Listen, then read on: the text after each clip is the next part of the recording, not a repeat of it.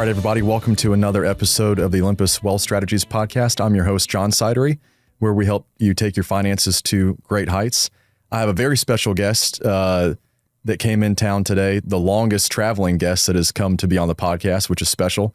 Happy to introduce one of my best friends, but also my sibling, Sara Sidery. Sara, welcome to the podcast. Hey, thanks for having me. Excited to be here. Yeah, very excited to have you in town.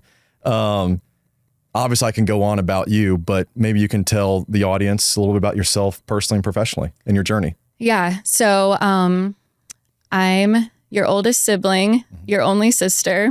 I'm the oldest, but I would say you're the eldest sibling for sure. Definitely more of the adult in the room. Depends on the day. Yeah. But yeah, so we grew up in Indiana. Heartbreaking loss by the Pacers, but we'll recover from it. I studied journalism, was a journalist for 10 years, worked in TV, was a reporter, did everything from the city council or the school board meeting to, super tragic stories of shootings, homicides, everything that you see on the news, which was a bit of a wild ride. That kind of transitioned into more of the marketing side of things. Started working for a healthcare system, doing marketing, and that's kind of transformed into doing a little bit of my own marketing on the side and helping other smaller brands elevate their messaging and marketing. As far as things that I love to do, obsessed with my dog, Saki, who you know and spend some time with. Love traveling. Love going to other countries, favorite places to go, Spain, Greece, learning new languages. You've stamped your passport since what, 16? Yeah. So I'm sure you remember probably writing letters. When I was in high school, I spent a summer in Spain doing a cultural immersion program. And that really just bit the travel bug and made me really curious about other people's lives, which probably kind of led into some of the journalism too. Yeah. Well, you've led a really interesting career, right? Since your days at Indiana University to working at local stations and hopping, I guess, really all around the central part of the country, right? Illinois, Tennessee, Kentucky, Indiana. But kind of taking you back to the journalism days or the reporter days. You did win an Emmy, and then ultimately, transitioned from your Emmy Award winning journalism career to more marketing for a healthcare system. And like you said, now with Saki Creative Solutions, your company, helping, businesses and particularly maybe we could say small business owners with their marketing, branding, and content efforts. How would you say your background in journalism helped shape the way you approach not only branding, but storytelling?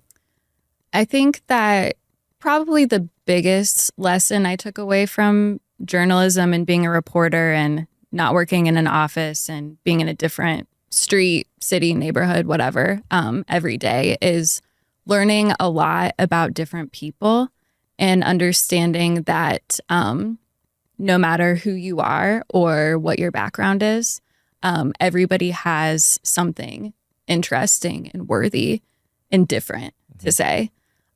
So really having an appreciation of not kind of existing in an echo chamber, being surrounded with everybody who looks like you or feels the same way as you or what have you. You really learn to have an appreciation for seeing, hearing, and identifying what makes other people unique and pushing their message and their words and their story out there. I think maybe that's something to dive in a little bit more, Sara, is you mentioned everybody has a story, right? Everybody can be their authentic self and they know their story, but sometimes they have a tough time articulating that. And I think maybe, kind of leading into something else with authentic storytelling, right? I think there's been such a push, and technology is great, right? But there's been such a push of trying to be as efficient as possible and leveraging, in certainly the day and age of AI, right? Yeah. utilizing tools to take away tasks and functions from us so we don't have to think about it, worry about it, and it's just done. But certainly in your days of media, you learned how to captivate an audience and, reel them into a story and get them to truly understand who this person is, right? Whether it was somebody on the street, some executive, didn't matter, right? Who this person is for themselves. And so kind of in a world full of polished content that all looks the same, feels the same, sounds the same, what does authenticity actually look like in today's brand messaging? I think it's kind of cool the way that society has evolved in a way where if you think about when we were younger, it almost was kind of like the thing that made you different or the thing that made you weird or something like that was something to hide. Right. And now we've evolved to appreciate and be more interested and notice and value the things that make somebody different. And it's not necessarily in a competitive manner, but it could be something emotional, something professional, some fun, fact or something different about your story or your background. Like those are kind of the things to really celebrate when we talk about personal branding and putting your brand out there is like, maybe, of course, you want to be professional and you want to be the authority on a topic. But I kind of think about with what we've done with Olympus, staying instead of being I'm not saying you're not professional by any means, but instead of being like the buttoned up Mr. Financial Advisor, who's just giving like this really, you're sounding really smart. You're sounding like the authority on the topic, but I'm so bored and I cannot relate to you and you're talking at me, right? Like tune-out point, especially for people who are scrolling online. Something that I think is really cool about what we've done, and it's not like we had to fake it, it's who you are, is being that kind of approachable guy who can talk to anybody. And you've done it for me plenty of times. And the own advice that you give me, I'm like, dude, I don't understand this at all. And you're able to put it in words that I understand and help me understand it from my point of view. And so I guess to bring it back to that authenticity is just that's who you are, is kind of being that guy who likes to talk to people at all different levels. So let's celebrate that. Let's capitalize on that. And I think it's landing. Yeah. And it's interesting, right? After, what was it, a month or so after Olympus started, I called you and said, hey, I need some help and I don't know where to go for content and branding and marketing. And then I think you came in town and we started going over some examples and I showed you some examples and you go, boring, right? Yeah. And this does not sound like you at all. And that was a wake up call because I think you mentioned something, I'm kind of paraphrasing what you said, back in March and April. You just said, John, you didn't start Olympus to sound like everybody else, right? And so regardless of what company it is, it doesn't have to be Olympus Wealth Strategies, but regardless of what company it is, your company is uniquely you, right? And celebrate that because people like doing business with who you are, right? Just like Saki Creative Solutions. People like doing business with who you are. And if they wanted the corporate answer that sounds like everybody else on Google, then why did you even start to begin with? Exactly. And of course, we can look to other people for inspiration. Sure. Everybody is inspired by somebody. Everybody takes ideas, from things that they think are really cool. But how do you put your own spin on that so it doesn't feel like you're having to put on a performance, right? Right. Because when you're having to perform, you can do a good job performing, but people can detect that, whether they realize it or not. There's just something that's like a little bit just off, uncanny, off, awkward, and people don't, there's so many things that we could see online. People don't want to spend their time, unless I guess they have a really weird hobby, listening to stuff that just they don't resonate with or that just sounds uncomfortable. And that's something that I've kind of learned from my own, career path and personal life lessons too, is that you can try really hard to be who someone else wants you to be, but it's never going to quite hit the mark. So you might as well be who you are and attract the people who are going to think that you're cool, special, smart, whatever. Everybody has their audience. Of course, there's things you can do to strategize, how to do that, but you don't need to reinvent the wheel every time because who you are is enough. And I think people need reminded that a lot. I think that's a good point is, like you said, what you learned how to extract that story from your journalism media days is really learning how to tell the story in your own words, right? But let's kind of get into the nuts and bolts a little bit for a second. Some business owners that are out there listening and maybe ones who are inspired to start a business, right? They don't know where to begin from a branding and content and marketing perspective, right? Do they start with the logo? Do they start with the name? Do they start with a social media strategy? What the heck do they do to get going? I think, of course, you have to start like super foundational, right? Like you can't build the car or you can't build the house without like the foundation. So you need to have your logo in place. You need to have your name in place. You can work with someone to develop that.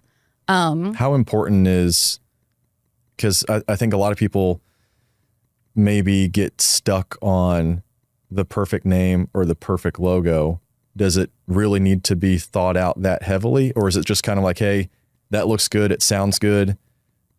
Who would have known Sarah would have been the perfect name for you or John would have been the perfect name for me, right? At some point, you're just like, hey, that's what it is. Or is it something where you're like, hey, this is a several month project to figure out the name?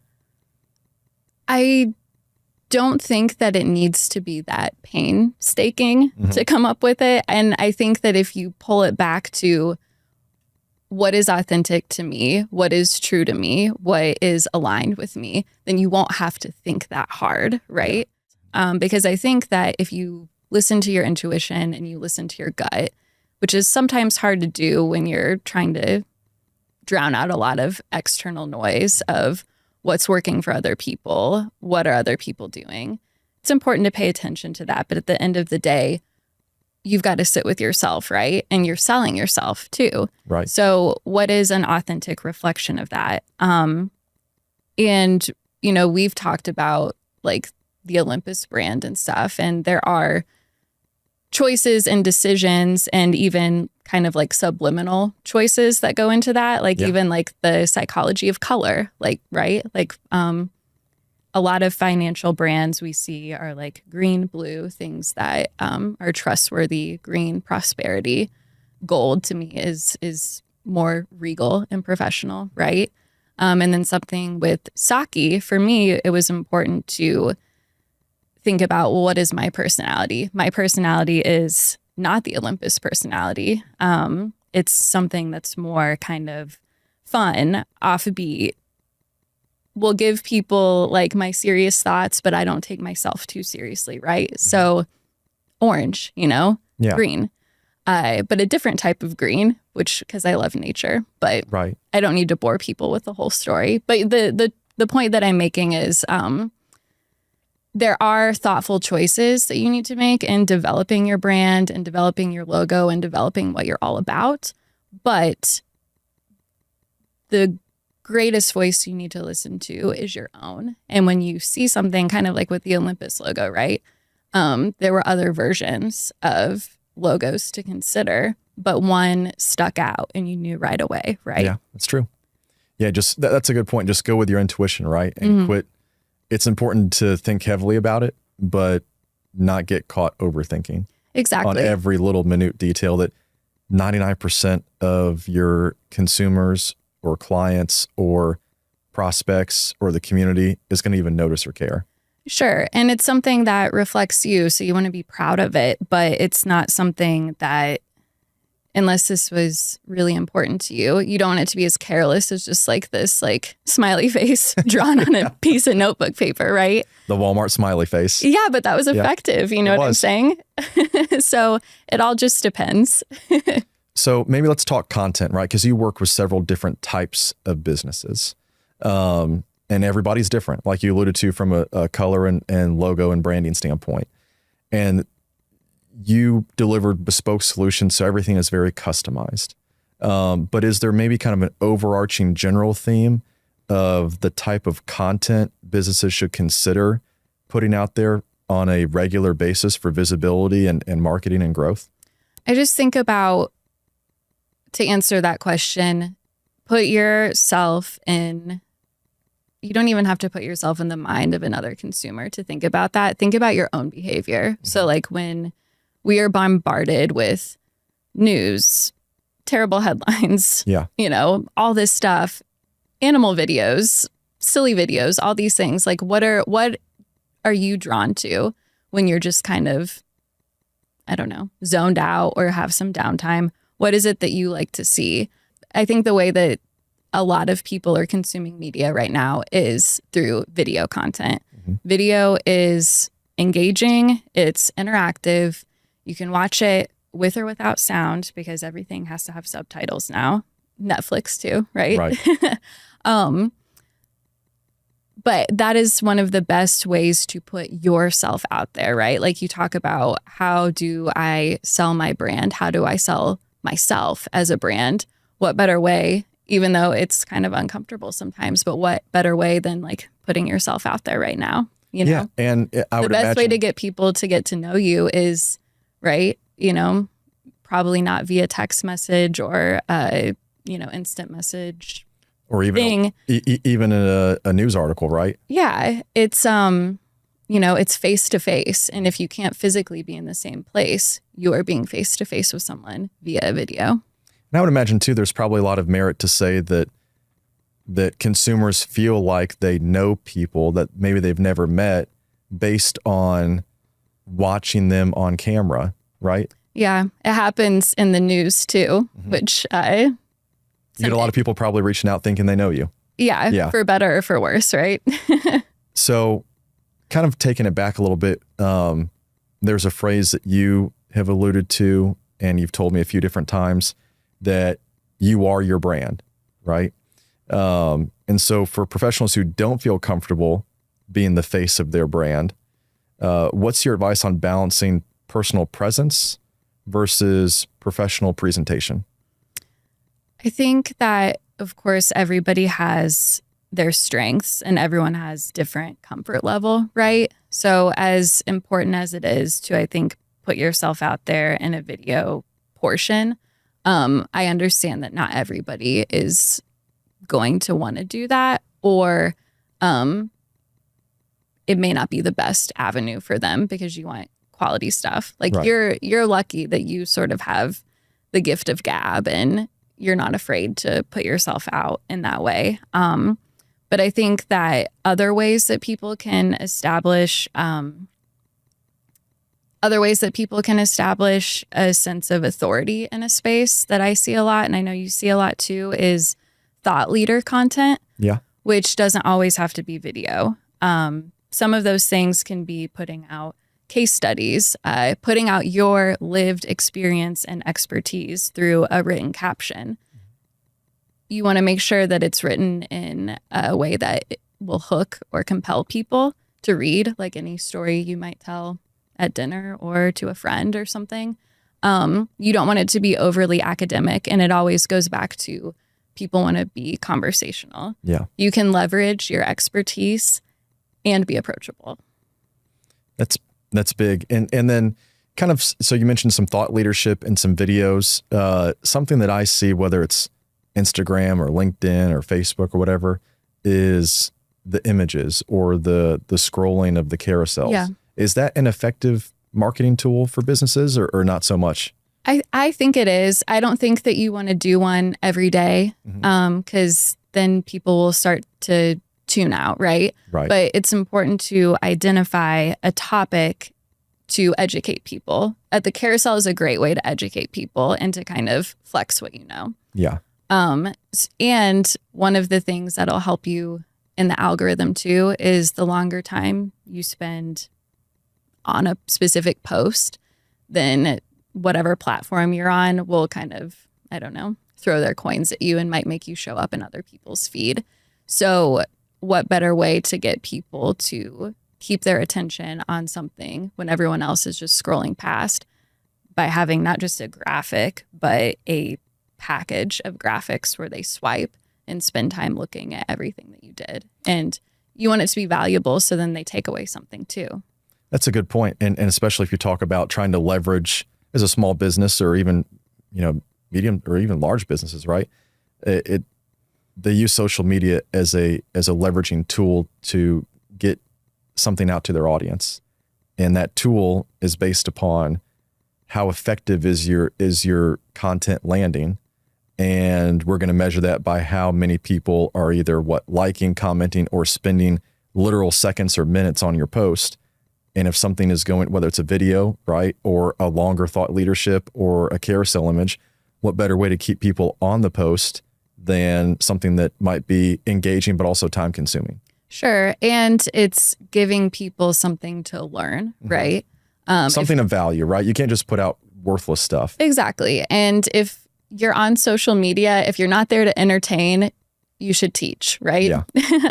So I just really think that it's another way for people to take something of value from what you're giving them, who you are, what you're teaching, what you offer. And then I also think it's worth saying too that, and I'm sure you've seen it with your own analytics too, people could be taking away and really appreciating your content without necessarily engaging with it, right? Of course, everyone's goal is to have high engagement and I guess to be an influencer-ish these days, right? Right.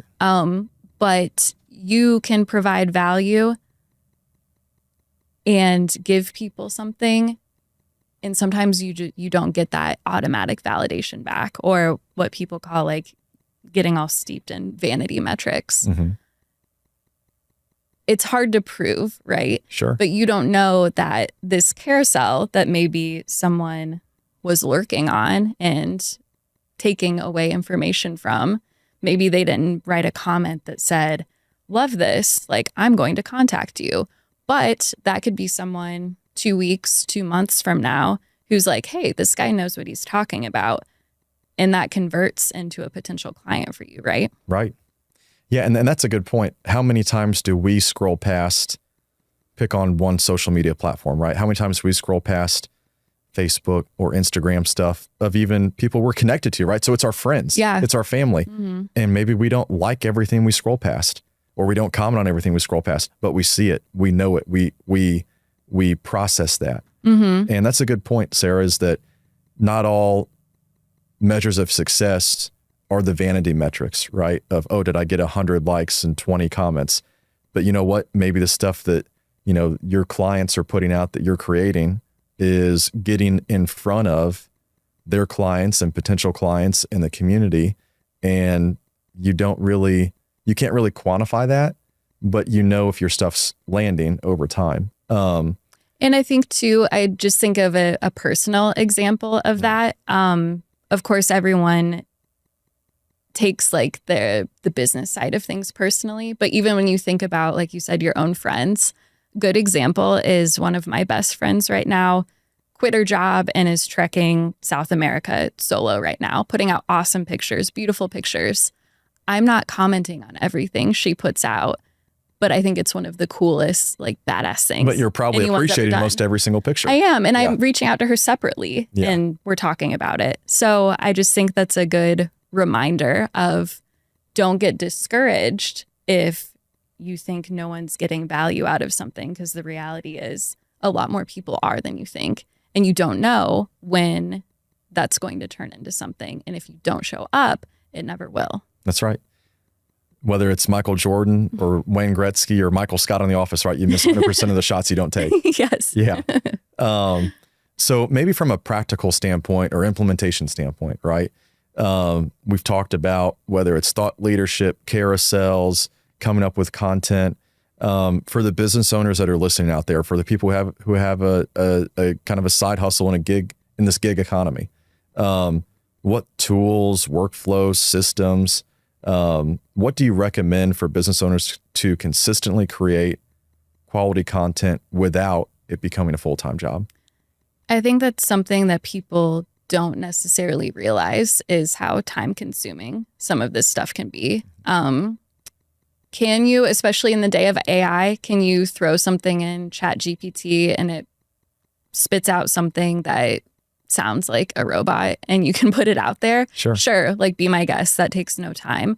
But if you're actually serious about wanting to capitalize on differentiating yourself, putting out content that is custom, and that you can drive too. Like you can choose what you want to teach people. You can play off of your own strengths versus someone just saying, here's this library of things that sound like anyone else that people are just going to scroll directly past. We're going to throw your brand on it. We're going to throw your logo and we're going to say you said it and that's it. Yeah. And it's not like how you would talk at all, right? Or teach or whatever. That's one way to do it, sure. And it's an efficient way. But if you're truly serious about wanting to put yourself out there, shine with your own strengths and let people understand your value, I think that it is, and I'm not just saying this self-gratuitously, it is worth engaging with someone who understands how to do that, who can identify kind of what those like sparks will be for other people and can turn that into a story or content that will be, as we say, like authentic to you, right? Yeah. And I think a good point too is just from my own experience working with your firm, right, is the level of time and care that we put in every month on a monthly call to say, what's the content for this coming month, right? Yeah. And even though I'm not executing on packaging it all together, just the thought time of, wow, we're going to talk about this type of investment or this type of strategy or whatever it may be, that's even time on my end. And then when we talk about making edits or making sure something is up to standard, there's a lot of extra time in the background to try to deliver on a customized product. There is, yeah. And it takes time, right? And the cool thing about that is your level of engagement and wanting to customize the messaging and wanting to elevate the messaging, right? Because someone can be a professional storyteller, professional marketer, whatever, but you're really only as good as what you are able to do with the tools that you have. So someone can extract great things from yourself, but you also have to be willing to meet them halfway, right? Sure. And especially if you want it in your tone and your voice with your, right, because you work with a lot of different types of business owners and in all different industries. And so if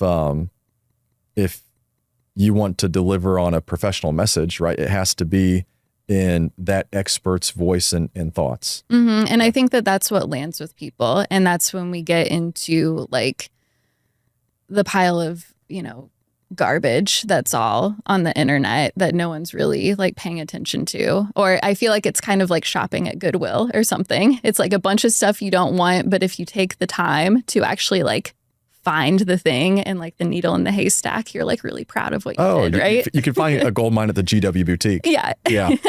But yeah, that is kind of what makes it different of like, and I guess that's what's worth asking too, because it's not really a right or wrong answer, right? But it's like, do you want to just show up and contribute to like your like a voice to this space, or do you want to show up and contribute your voice to this space?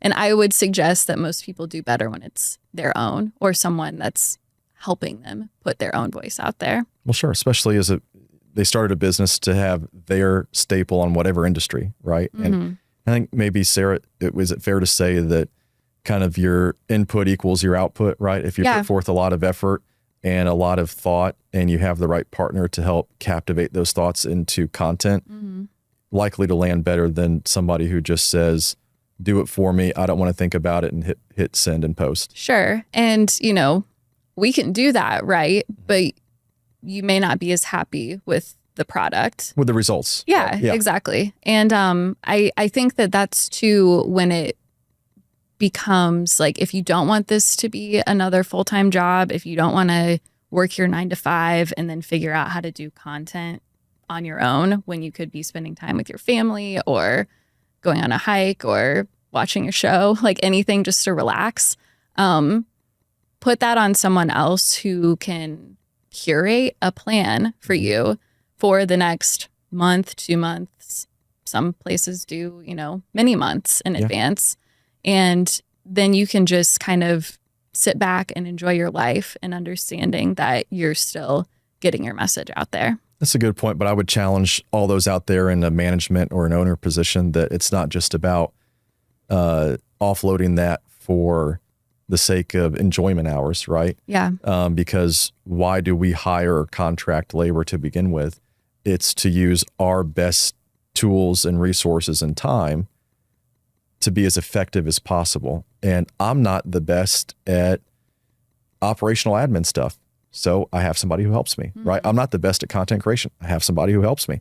And so I think it's using your best time and leveraging the finite amount of time you have and realizing if I was the ace of everything, then I would always be a company of one. Sure. Yeah. And you can be good at a lot of things, but maybe not great at any of them, right? Right. Or you can surround yourself with people who are great at what they do.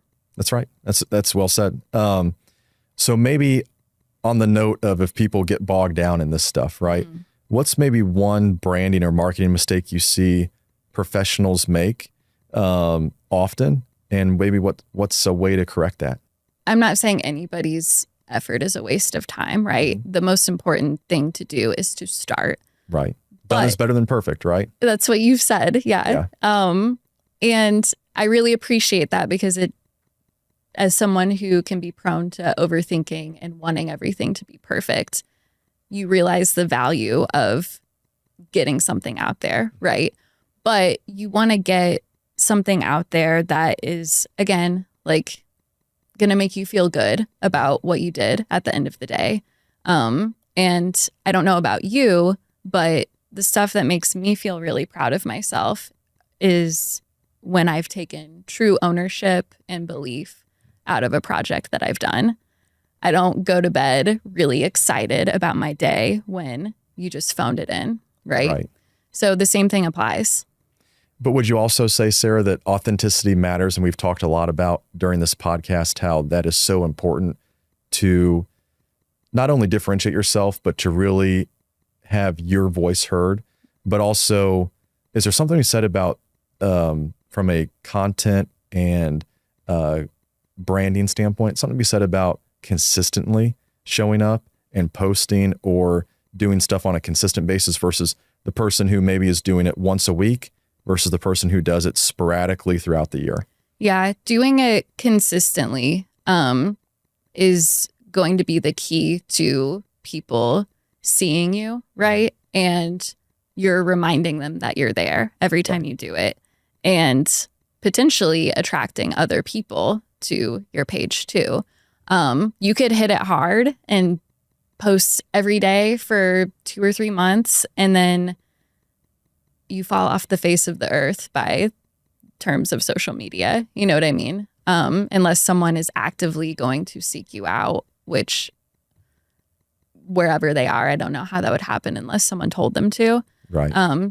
You're relying on a lot of luck at that point. And I think that consistent effort is so much more powerful than really concentrated effort for a time that just stops, right? With anything, working out, anything. The power of consistency. It is, yeah. So looking ahead, what trends do you see shaping the future of content and branding, maybe over the next several years? And how can small businesses prepare to keep up or maybe even stay ahead of that? I think that with anything, right, whether it be through creative or medical or whatever, like the use of AI is something that we're like living in now that we don't know where it's going to end up. it is a tool that people can leverage, but at the end of the day, it is, it's only as good as you can command it. It's only as good as you can command it. Can it make you more productive and more effective? Sure, but you have to tell it the right things.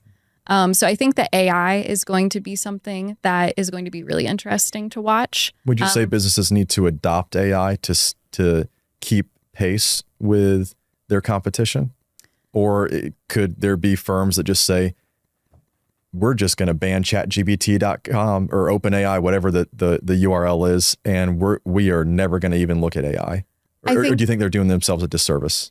I think you have to look at it with a nuanced approach, right? Because you remember the story with Sports Illustrated where they started putting AI content out and people were like, what the hell is this? Yeah. And it really damaged the credibility of that entire brand, right? Mm-hmm. And so can you use it? Sure. But I can tell, and I'm sure you can tell too, if people just like ban it, then you're going to be left behind, mm-hmm. right? In many different fields, not just in like marketing sense. But it still needs a human to make things personal, to fact check, like most importantly, but to make it sound like you, right? There's value in being a human with a heartbeat and not a robot, right? Yeah. So Sara, we've covered a lot, hopefully a lot of stuff that's very helpful and of value to people out there that, whether they are running a business or they help run a business. Any kind of final thoughts to people out there? Yeah, I think if you are looking for marketing, content marketing, putting yourself out there is just key in this day and age. You really have to join the conversation if you want people to notice you or if you want to build credibility too, right? It's not just like you walk up to the storefront and you window shop anymore. Like social media is how people window shop before they make decisions. Well said. A purchase or client, whatever it is. Or you go on vacation and you're out of town and you're looking for a place for your family to eat. And what do? You go on Google or Yelp and say, best restaurant near me. Exactly. Yep. And then you check the reviews, mm-hmm. That's the way that you avoid staying in a place without bed bugs, right? But seriously, it is just another tool to join the digital age that we're living in, like as much as I feel like I was like born in the wrong era and I have so much nostalgia for the way things were, this is the way things are now. And we have to adapt and brands have to adapt to that. So with that being said, if you want some guidance or help or would like someone to be able to help you like extract kind of the differentiators or the best parts of your brand or your voice or your strengths. My brand is Saki Creative Solutions. I work with small businesses and entrepreneurs, and I really take a lot of joy in helping people put their message out there. Yeah, well, you do excellent work, Sara, and I appreciate all you do for Olympus. And obviously, thanks so much for making the long trek from Indiana down here to be on the podcast. And thank you, listeners, for tuning into another episode. And we're looking forward to sharing with you the next guest. All opinions expressed on the podcast by the host and guests are solely their own opinions and do not reflect the opinion of Olympus Wealth Strategies or Uptick Partners, a registered investment advisor. This podcast is for educational purposes only and is not legal advice and should not be relied upon as a basis for any decisions. The investments discussed on this podcast may not be suitable for all investors and involve risks that should be carefully considered. Listeners are encouraged to consult with a qualified financial advisor before making any investment decisions. Certain investments may require specific investor qualifications, which not all individuals may meet. Any funds or companies discussed are not a recommendation or endorsement. Guests in the podcast might be actual clients, but are not compensated to be on the show, and their experiences are not representative of all relationships, which might differ substantially.